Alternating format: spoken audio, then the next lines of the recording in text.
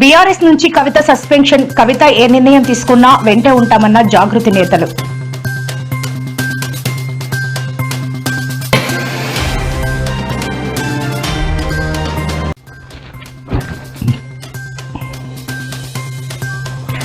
రాజమండ్రి జైల్లో ఎంపీ మిథున్ రెడ్డితో మాజీ మంత్రి పెన్ని నాని ములాఖత్. బయటకు వచ్చాక కూటమి ప్రభుత్వానికి చుక్కలు చూపిస్తారు అన్న పెన్ని నాని.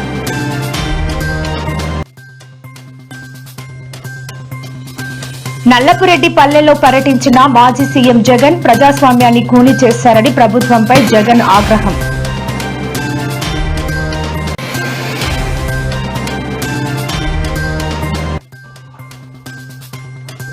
హరీష్ రావు మాజీ ఎంపీపై ఎమ్మెల్సీ కవిత అనుచిత వ్యాఖ్యలు. ఎమ్మెల్సీ కవిత ఫ్లెక్సీలను దహనం చేస్తున్న కార్యకర్తలు.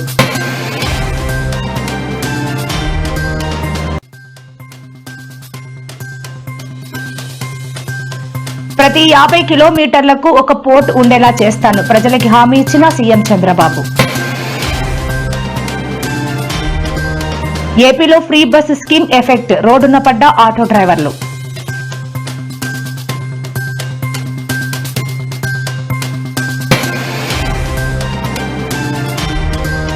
బీఆర్ఎస్ నుంచి ఎమ్మెల్సీ కవిత సస్పెన్షన్. స్పందించిన పలువురు కాంగ్రెస్ మంత్రులు.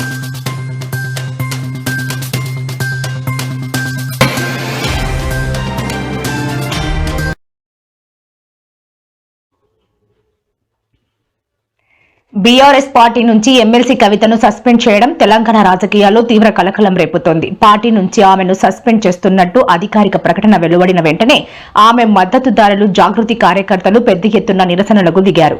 జూబ్లీహిల్స్ లోని జాగృతి ప్రధాన కార్యాలయానికి భారీ సంఖ్యలో చేరుకున్న కార్యకర్తలు ఆందోళన చేపట్టారు. జై కవితక్క, జై జాగృతి అంటూ నినాదాలతో హోరెత్తించారు. ఈ సందర్భంగా జాగృతి నేతలు మాట్లాడుతూ కవితను పార్టీ నుంచి బహిష్కరించడం వల్ల ఆమెకు ఎలాంటి నష్టం జరగదని అన్నారు.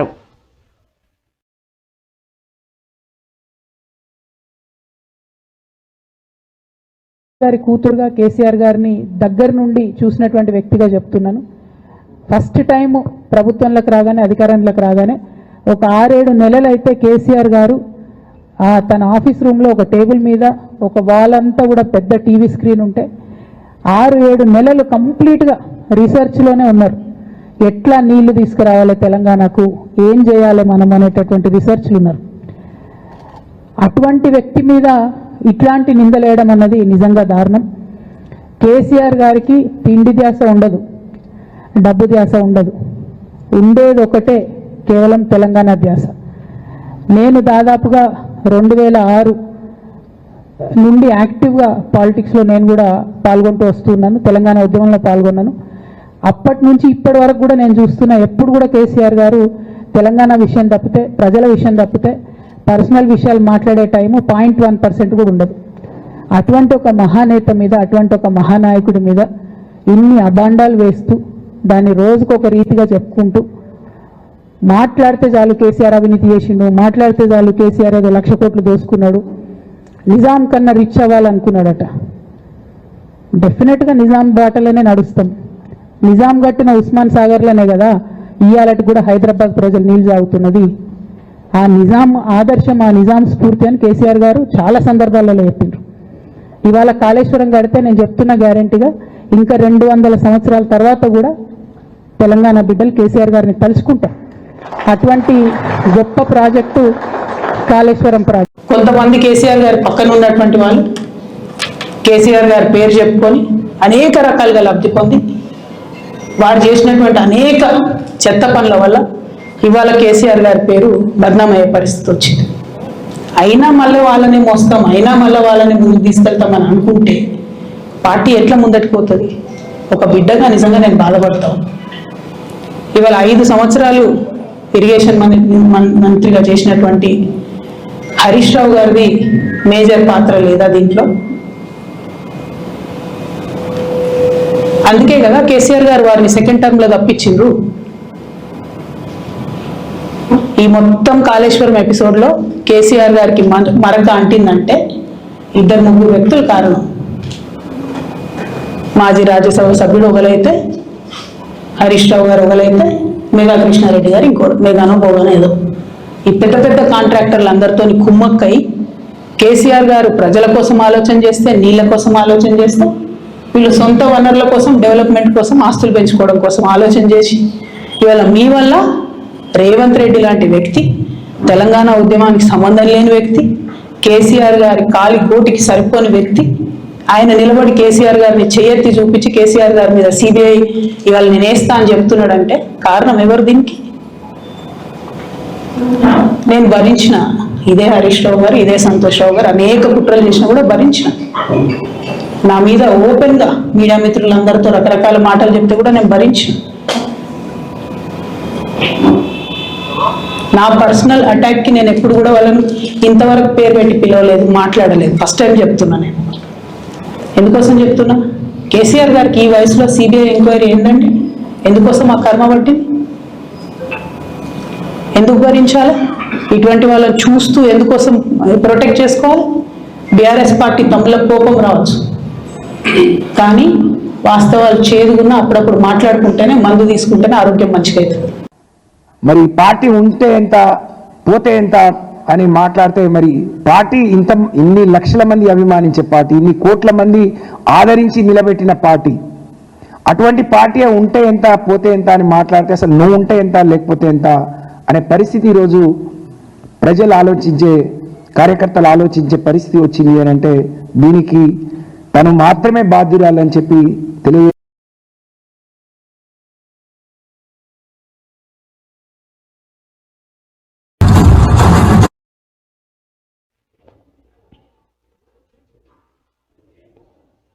లిక్కర్ స్కామ్ కేసులో రాజమండ్రి కేంద్ర కారాగారంలో రిమాండ్లో ఉన్న రాజంపేట వైసీపీ ఎంపీ మిథున్ రెడ్డిని ఆ పార్టీ కీలక నేత మాజీ మంత్రి పెర్ని నాని కలిశారు. ములాఖత్ అనంతరం ఆయన మీడియాతో మాట్లాడుతూ త్వరలోనే వైసీపీ ఎంపీ మిథున్ రెడ్డి బయటకు వస్తారని, ఆ తర్వాత కూటమి ప్రభుత్వానికి రాజకీయంగా చుక్కలు చూపిస్తారని పెర్ని నాని హెచ్చరించారు. చంద్రబాబు ప్రభుత్వం చేస్తున్న పాపాలపై మిథున్ రెడ్డి ఎదురుదాడి చేస్తారని ఆయన వ్యాఖ్యానించారు. ఇప్పుడు మీడియా పాయింట్ ఎక్కడున్నది? ఈరోజు మీడియా పాయింట్ ఎక్కడుంది? ఈ బ్యారికేడ్స్ అన్నీ గతంలో ఉన్నాయా లేదా? ఇవి చూస్తేనే అర్థమవుతుంది ఎంత కక్ష సాధింపుగా వ్యవహారం చేస్తా ఉంది ఈ ప్రభుత్వం అని చెప్పి. తప్పనిసరిగా ఇంత కక్షపూరితంగా వ్యవహారం చేసే చంద్రబాబు నాయుడు ఈ రాష్ట్రంలో రాష్ట్ర ప్రజలకు అందరికీ కూడా తెలిసే విధంగా నేను తెలియజేస్తా ఉన్నాను. చంద్రబాబు నాయుడు అధికారంలో ఉండి ఈ విధంగా వ్యవహారం చేస్తే గతంలో ఆయన అరెస్ట్ అయినప్పుడు కానీ ఆ తర్వాత కానీ ఆయనకు ఏ విధంగా ఇక్కడ ఇదే జైల్లో మర్యాదలు జరిగాయి, ఈరోజు ఏ విధంగా ఇంత కక్షపూని వ్యవహారం చేస్తూ ఉన్నారు.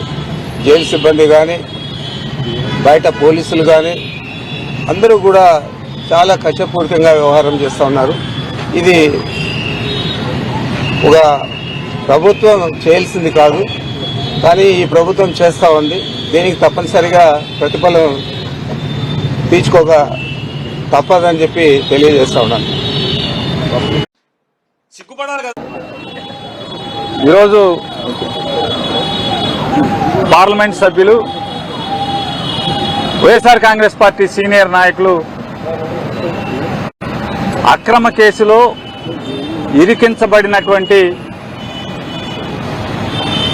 కేసులో ఇరికించబడినటువంటి మిథున్ రెడ్డి గారిని ములాఖాత్ ద్వారా వారిని పరామర్శించడం జరిగింది.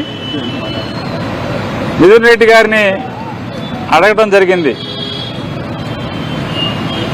నారా చంద్రబాబు నాయుడు గారి యొక్క ప్రభుత్వం మిమ్మల్ని తీసుకొచ్చి ఇప్పటికి సుమారుగా ఒక 40 రోజులు 50 రోజుల మధ్యలో అయి ఉంటుంది కదా, మీరేం నేరం చేశారు, మిథున్కి ఈ నేరం గురించి ఏం తెలుసు అని ఎప్పుడన్నా కస్టడీకి పిలిచారా అని అడిగాం. ఇంతవరకు నారా చంద్రబాబు నాయుడు ప్రభుత్వం ఇది అక్రమ కేసు, తప్పుడు కేసు, వేధింపుల కేసు, కేవలం పెద్దిరెడ్డి రామచంద్రారెడ్డి గారి మీద మానసిక వేధింపుల కోసమే మానసికంగా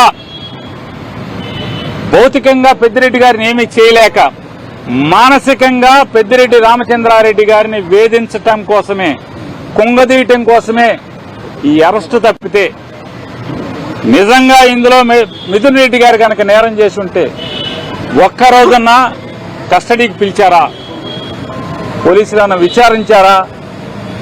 సిపి పార్టీని ఏ విధంగా అయినా కానీ మూసేసి దానిలో ఉండే నాయకులందరినీ కూడా ఏ విధంగా జైలుకు పంపించి కానీ నేరాలు పెట్టి తప్పుడు కేసులు పెట్టి అన్ని రకాలుగా హింసించాలని చూస్తున్నారు. ఇది మన నాయకులే కాదు, పైన ఎంపీలే కాదు.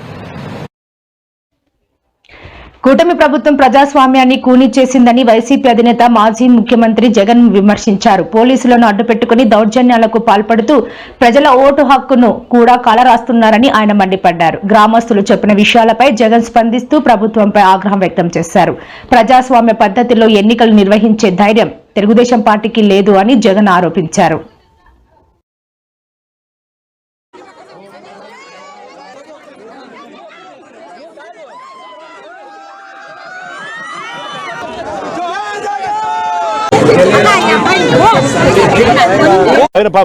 పక్కన హెరిటేజ్ షాప్ లో ఎంత అమ్ముతున్నారు? ఇదే ఉల్లి 20-25 అమ్ముతున్నారు. ఇదే హెరిటేజ్ లో ఎంత అమ్ముతున్నారు? ఇదే హెరిటేజ్ లో వీళ్ళు అమ్మేది ఎంత రేటుకి అమ్ముతారు? కేజీ 35 రూపాయలకు అమ్ముతారు.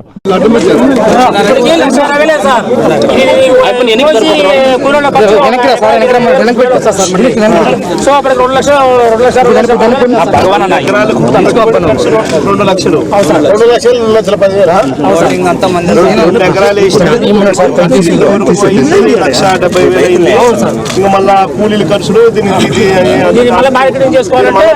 మళ్ళీ ట్రాక్టర్లు పెట్టుకుని తీసుకొని చేసుకుంటే 30,000 మొత్తానికి 2 లక్షల రూపాయలు 2 ఎకరాలకు ఖర్చు అవుతారు. మనకి ఇప్పుడు ఎంత వస్తుంది సార్? 800 సార్ కింద. ఇది 800 అంటారు సార్. మనకి ఎకరాకి ఎన్ని క్వింటాలు వస్తుంది? 80 అట్లా వస్తాయి సార్. 70-80 వస్తాయి సార్. 70 క్వింటాలు వస్తాయి సార్. 10 అయితే 6 రూపాయలు తీసుకుంటారు సార్. కింద 6 రూపాయలు. మనకి ప్రస్తుతానికి ఇచ్చేది ఎంత ఇస్తారు? కింటా 600 సార్. గవర్నమెంట్ 1200 పెట్టారు కానీ 600 కొన్నారు సార్. గవర్నమెంట్ 1200 రూపాయలు పెట్టినా కానీ మనము మంచి గ్రేడ్ అయితే ఎంత కమ్ముడిపోతుంది? 600 రూపాయలు. 600 నుంచి 800 సార్. 800 గ్రేడ్ బాగుంటే 600 నుంచి 800 సార్. గ్రేడ్ మిగతా యావరేజ్ కింద 300 యావరేజ్ తీసుకుంటే 300 నుంచి 800 మధ్యలో 400 యావరేజ్ వస్తుంది. మనకి యావరేజ్ వచ్చేది ఇదే మన హయాంలో. మన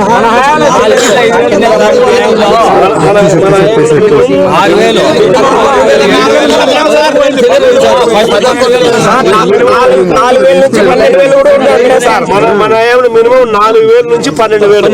2019లో 60 లక్షలు తీసుకున్నా సార్ నేను. ఈ రోజు నా పరిస్థితి ఇంత దారుణంగా ఉంది సార్. మినిమం 4,000 నుంచి 12,000 మనం ఒకసారి ఇదే మద్దతు ధర లేకపోతే రైతు ఇదే రకంగా నష్టపోతే మన హయాంలో మనం ఎంత కొనుగోలు చేసాం?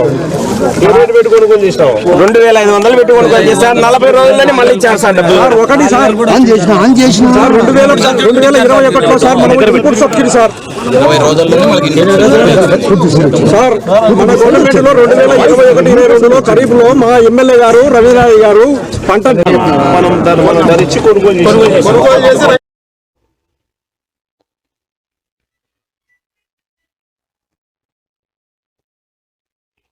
సిద్దిపేట ఎమ్మెల్యే మాజీ మంత్రి బీఆర్ఎస్ సీనియర్ నాయకుడు హరీష్ రావు మాజీ ఎంపీ సంతోష్ రావుపై ఎమ్మెల్సీ కవిత చేసిన అనుచిత వ్యాఖ్యలకు నిరసనగా బీఆర్ఎస్ పార్టీ నాయకులు కవిత ఫ్లెక్సీని మల్లె చెట్టు చౌరస్తాలో దహనం చేశారు. ఈ సందర్భంగా వారు మాట్లాడుతూ కవిత బీజేపీ పార్టీకి అమ్ముడుపోయిందని ఆరోపించారు. కేసీఆర్ అంటేనే బీఆర్ఎస్ పార్టీ అంటేనే కేసీఆర్ అనే విషయం కవిత గుర్తుంచుకోవాలన్నారు. కన్న తల్లి లాంటి పార్టీని కించపరిచే విధంగా మాట్లాడితే కవితను ఊళ్ళల్లో తిరగనీయకుండా అడ్డుకుంటారని హెచ్చరించారు. కేసీఆర్ గారి పేరు చెప్పుకొని అనేక రకాలుగా లబ్ధి పొంది వారు చేసినటువంటి అనేక చెత్త పనుల వల్ల ఇవాళ కేసీఆర్ గారి పేరు బద్నామయ్యే పరిస్థితి వచ్చింది. అయినా మళ్ళీ వాళ్ళని మోస్తాం, అయినా మళ్ళీ వాళ్ళని ముందుకు తీసుకెళ్తామని అనుకుంటే పార్టీ ఎట్లా ముందటికి పోతుంది? ఒక బిడ్డగా నిజంగా నేను బాధపడతాను. ఇవాళ 5 సంవత్సరాలు ఇరిగేషన్ మంత్రిగా చేసినటువంటి హరీష్ రావు గారిది మేజర్ పాత్ర లేదా దీంట్లో?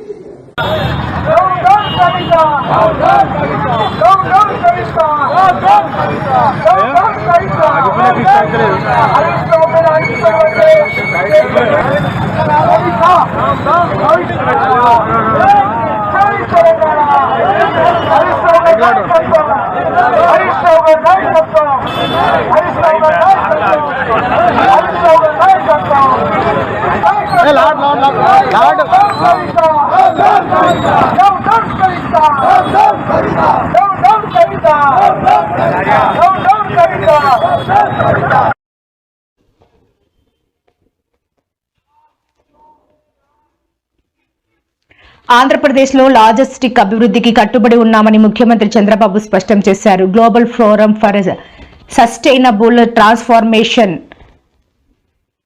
ఆధ్వర్యంలో విశాఖ నోవోటెల్లో ఏర్పాటు చేసిన east Coast maritime logistic summit లో సీఎం పాల్గొన్నారు. స్వర్ణాంధ్ర 2047 లక్ష్యాలలో భాగంగా ఏపీని గ్లోబల్ లాజిస్టిక్ హబ్ గా తీర్చిదిద్దే అంశంపై చంద్రబాబు పారిశ్రామిక ప్రతినిధులతో చర్చించారు. ప్రతి 50 కిలోమీటర్ల దూరానికి ఒక పోర్టు ఉండేలా చూస్తాం. ఫార్మా, ఆక్వా ఉత్పత్తుల ఎగుమతిలో ఏపీదే అగ్రస్థానం. దాదాపు 20 కంపెనీల సీఈఓలు సదస్సులో పాల్గొన్నారు. Machilipatnam, Mulapeta and Kakinada Gateway Port.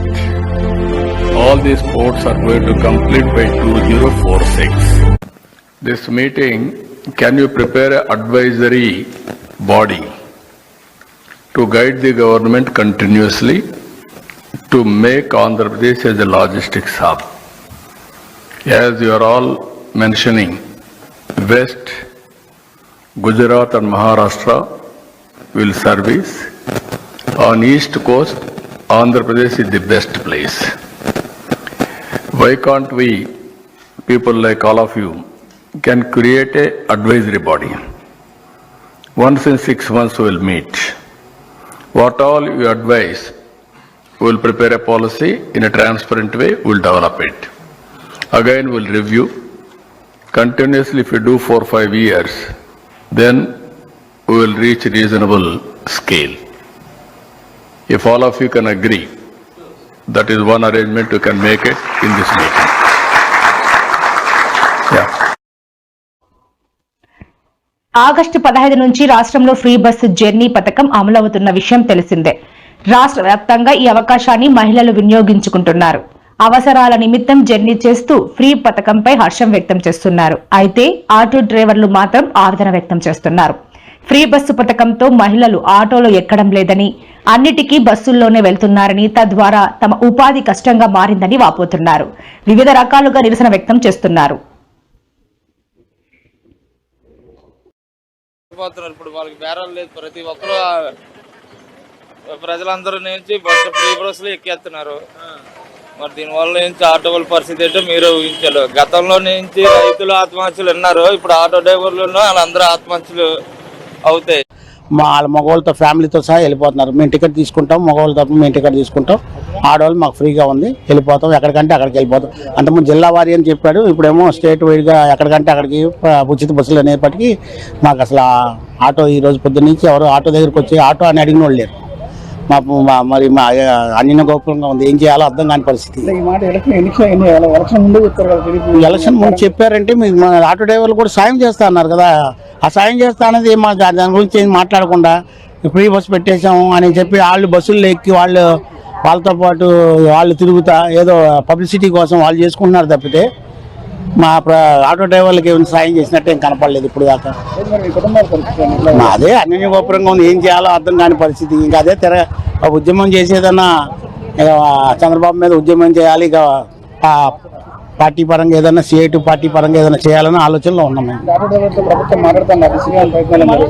అదే దానికి వెళ్తే మాట్లాడదు. ఇంకా దానికోసం బంద్ చేయడం కానీ ఏదైనా చేయడం కానీ మొత్తం ఆటో డ్రైవర్లు అందరూ సంఘాలన్నీ కలిసి మేము ప్రయత్నం చేస్తాం సార్. ఆటోల పరిస్థితి అంటే ప్రత్యామ్నాయం ఏం కల్పించలేదండి ఆటో వాళ్ళకి. సీఎం గారు ఆటో వాళ్ళ గురించి నిన్న ఫ్రీ బస్సు ఓపెన్ రోజు కూడా విలేకరులు అడిగిన దానికి ప్రత్యామ్నాయంగా చూద్దామని చెప్పారు. అది చూడటం ఎంతవరకు అనేది ఏంటనేది మాకు ఇంతవరకు క్లారిటీ లేదు. ఇక్కడ ఉన్న యూనియన్లకు కూడా ఏమి పిలిచి మాట్లాడి మీకు ఇది ఈ విధంగా అనేది భరోసా ఏమి ఇవ్వలేదండి. దాని గురించి మేము కూడా ఆలోచిస్తున్నాం. ప్రత్యామ్నాయంగా ఈ ఆటో డ్రైవర్లకు ఏదన్నా ఇచ్చేస్తే బాగుంటుందని అనుకున్నాం. ఈరోజు అయితే ఏం తోలేదు సార్, ఎందుకంటే ఫ్రీ బస్సులో ఆటోమేటిక్గా స్త్రీలందరికీ ఫ్రీ బస్సు అంటున్నారు. ప్రజెంట్ ఈరోజు అయితే ఇంతవరకు కొంతమంది బోనీలు కూడా కారణంలో ఉన్నారు. పరిస్థితి అయితే ఇంత దారుణంగా ఉంది. చేసేది ఏం లేదు సార్. లాస్ట్ టైం ఇప్పుడు మనకి రిక్షాలు ఎలా అయితే వెళ్ళిపోయినాయో ఆటోలు కూడా కొన్నాళ్ళకి కనుమరుగయ్యే పరిస్థితి దగ్గరలోనే ఉంది, అతి దగ్గరలోనే ఉంది. దాన్ని బట్టి సీఎం గారు ఆలోచించి ఏమన్నా ఆటో డ్రైవర్ల మీద ప్రత్యామ్నాయంగా ఏదన్నా హెల్ప్ చేయాలనుకుంటే దాని గురించి ఆలోచిస్తే చేస్తే బాగుంటుంది. పెట్టండి ఆటో డ్రైవర్లకి 1,02,00,000 కోటి మంది డ్రైవర్లకి రాష్ట్రం మొత్తం మీద చాలా ఇబ్బంది. తినటానికి కూడా చాలా కష్టంగా ఉంటుంది. రాబోయే కాలంలో ఇంకా 3 సంవత్సరాలు చాలా ఇబ్బందిగా గురి అవుతాం మేము. రానున్న రోజుల్లో చాలా ఇబ్బంది ప్రాబ్లం అవుతుంది. కిస్తీలు అంటే ఇంకెక్కడండి, తినడానికి లేదు, కిస్తీలు ఎక్కడ కడతామండి? ఇప్పుడు తినడానికి ఉండాలి, కిస్తీలు బండి మెయింటెన్స్ కానీ ఇవన్నీ తర్వాత విషయం. ఇప్పుడు ప్రస్తుతానికి ఇల్లు గడవాలిగా, ఫ్యామిలీ ఉంటారు, ఫ్యామిలీ మరి ఏమైనా పోషించుకోవాలి వాళ్ళని, చాలా కష్టమైపోతుంది సార్. అది చాలా ఏం మాట్లాడలేదు కదా సార్, అసలు ఏం మాట్లాడుతా ఉన్నారు కానీ ఏం మాట్లాడాలి అసలు. బీఆర్ఎస్ నుంచి ఎమ్మెల్సీ కల్వకుంట్ల కవిత సస్పెన్షన్ అంశం వారి అంతర్గత కుటుంబ వ్యవహారమని పలువురు కాంగ్రెస్ మంత్రులు అన్నారు. కొందరు కవిత వెనుక ఉన్నామన్నారు, మరికొందరు హరీష్ రావు, సంతోష్ వెనుక ఉన్నామని చెబుతున్నారు. కానీ మేం ప్రజల వెంట ఉన్నాం. ఎవరికో ఒత్తాసు పలకాల్సిన అవసరం మా పార్టీకి, సీఎంకు లేదు. అవినీతి పరులందరినీ దూరం పెడతాం. కేసీఆర్ కుటుంబం కూడా అవినీతిలో కూరుకుపోయింది. అవినీతి సంపదలో వాటాల విషయంలో తగాదా వచ్చినట్లుంది. వారి తగాదాలతో మాకు సంబంధం లేదు అని అన్నారు. లబ్ధి పొంది వారు చేసినటువంటి అనేక చెత్త పనుల వల్ల ఇవాళ కేసీఆర్ గారి పేరు బద్నామయ్యే పరిస్థితి వచ్చింది. అయినా మళ్ళీ వాళ్ళని మోస్తాం, అయినా మళ్ళీ వాళ్ళని ముందుకు తీసుకెళ్తామని అనుకుంటే పార్టీ ఎట్లా ముందటికి పోతుంది? ఒక బిడ్డగా నిజంగా నేను బాధపడతాను. నేను రాజకీయాల్లో ఉండడం, బీఆర్ఎస్ పార్టీలో నేను క్రియాశీలకంగా ఉండడం, నేను కేసీఆర్ గారి కూతుర్ని కావడంతో కక్ష కట్టినటువంటి కేంద్ర ప్రభుత్వం మన మీద తప్పుడు కేసులు పెట్టి ఆ తదనంతరం నన్ను అక్రమంగా మరి 5.5 నెలలు జైల్లో పెట్టడం జరిగింది. తెలంగాణ కోసం నేను ఉద్యోగం చేసి రాజీనామా చేసి నిరాదీక్ష చేస్తున్నప్పుడు కేసీఆర్ గారు, ఇదే హరీష్ రావు గారు, కేటీఆర్ గారు వచ్చి తెలంగాణ మీ సంతోషాన్ని సప్పట్లను చూసి కొంతమంది కళ్ళల్లో కారం పెట్టుకుంటారు, కళ్ళల్లో నిప్పులు పోసుకుంటారు. నాకు తెలుసు వాళ్ళ బాధ ఏందో, వాళ్ళ దుఃఖం ఏందో. నేను ఒక్క మాట అడగదలుచుకున్నా మాజీ ముఖ్యమంత్రి చంద్రశేఖర్ రావు గారిని, అయ్యా నువ్వు చేసిన తప్పిదాలకు 2019 పార్లమెంట్ ఎన్నికల్లో నీ బిడ్డ కల్వకుంట్ల కవిత నిజామాబాద్లో బండకేసి కొడితే, అదేవిధంగా కరీంనగర్ పార్లమెంటులో నీ బంధువు వినోద్రావును బొంద పెడితే 6 నెలలు తిరగకుందే నీ బిడ్డకి ఎమ్మెల్సీ పదవి ఇచ్చుకున్నావు, వినోద్రావుకు ప్లానింగ్ కమిషన్ వైస్ చైర్మన్ ఇచ్చుకున్నావు. మరి 10 ఏళ్ళు తెలంగాణ కోసం బలిదానాలు చేసుకున్న పిల్లలు పరీక్షలు రాసి ఎదురు చూస్తుంటే 7 ఏళ్ళైనా టీచర్ల నియామకాలు చేపట్టాలని ఒక్క రోజైనా నువ్వు ఆలోచన చేసినవా? ఈ పిల్లలు మన పిల్లలు కాదా? 5 సంవత్సరాలు ఇరిగేషన్ మంత్రిగా చేసినటువంటి హరీష్ రావు గారిది మేజర్ పాత్ర లేదా దీంట్లో?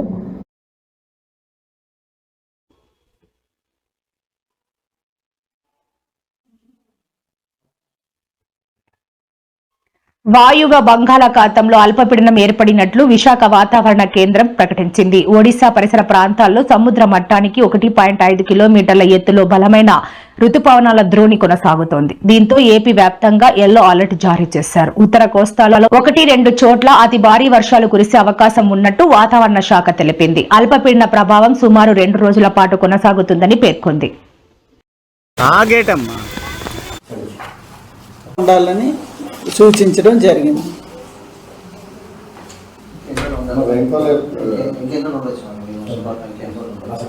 ఇంకా నెక్స్ట్ రేపటి వరకు ఉంటుందండి. రేపటి నుంచి ఇంకా సిస్టమ్ ఇంకా మీదకి వెళ్ళి అది క్రాస్ అయిపోయి మనకి భూభాగం మీదకి వచ్చేస్తుంది కాబట్టి మనకి వర్షపాతం కొంచెం తగ్గే అవకాశం ఉంది.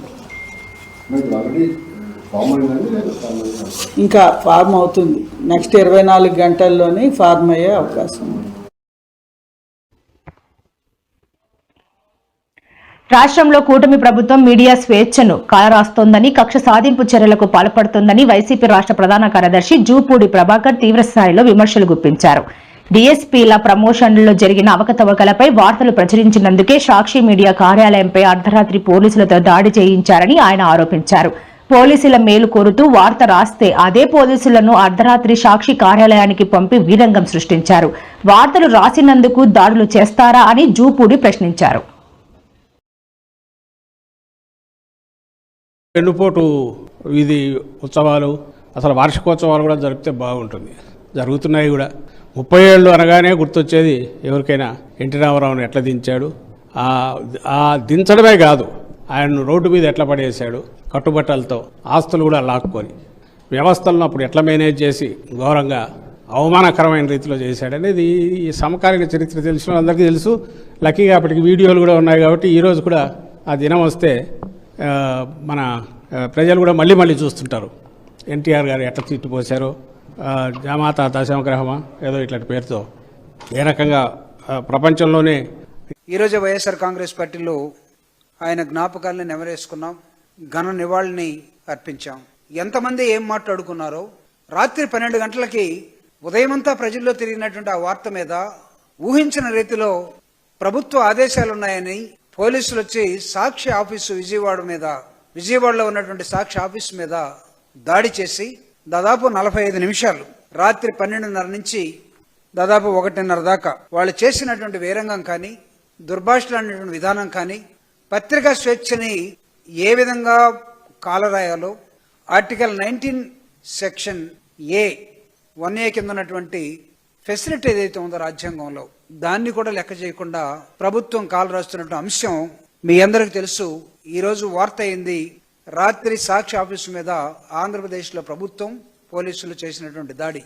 కారణం ఏంటంటే పోలీసు డిపార్ట్మెంట్లో ఆగస్టు 30వ తేదీ నాటికి 31వ తేదీ నాటికి ప్రమోషన్స్ రావాల్సినటువంటి చాలా మంది ప్రమోషన్ నోచుకోక మిగతా ఆర్టీసీ ఎంప్లాయీస్ లాగానో రెవెన్యూ ఎంప్లాయీస్ లాగానో ఒక ధర్నా చేయలేని దశలో ఉన్నటువంటి డిసిప్లిన్ పర్సన్స్ గా ఉన్నటువంటి పోలీసు, మాకు రావాల్సిన ప్రమోషన్స్ ఈ నెల లోపల రాకపోతే చాలా మంది రిటైర్ అయిపోతారు అని వాళ్ళ మదన పడుతున్నటువంటి ఒక వార్తను ప్రజాక్షేమం కోసం, ప్రత్యేకంగా ఉద్యోగస్తుల తరపున నిలబడటం కోసం సాక్షి పత్రిక చేసినటువంటి ఒక సాహసం. అది వార్త రాయకూడదట, పోలీసుల తరపున మాట్లాడే హక్కు సాక్షికి లేదట. ఈ రాష్ట్రంలో ఎన్ని దురాఘాతాలు జరిగినా, వీళ్ళు చీకటి రాజ్యంగా ఈ రాష్ట్రాన్ని చేసినా, ఒక ఎమర్జెన్సీ వాతావరణాన్ని ఈ రాష్ట్రంలో మాట్లాడితే ఎక్కడికైనా తీసుకెళ్తామని చేస్తున్న దుర్మార్గాల్ని ఎత్తి చూపకుండా ఉండటం కోసం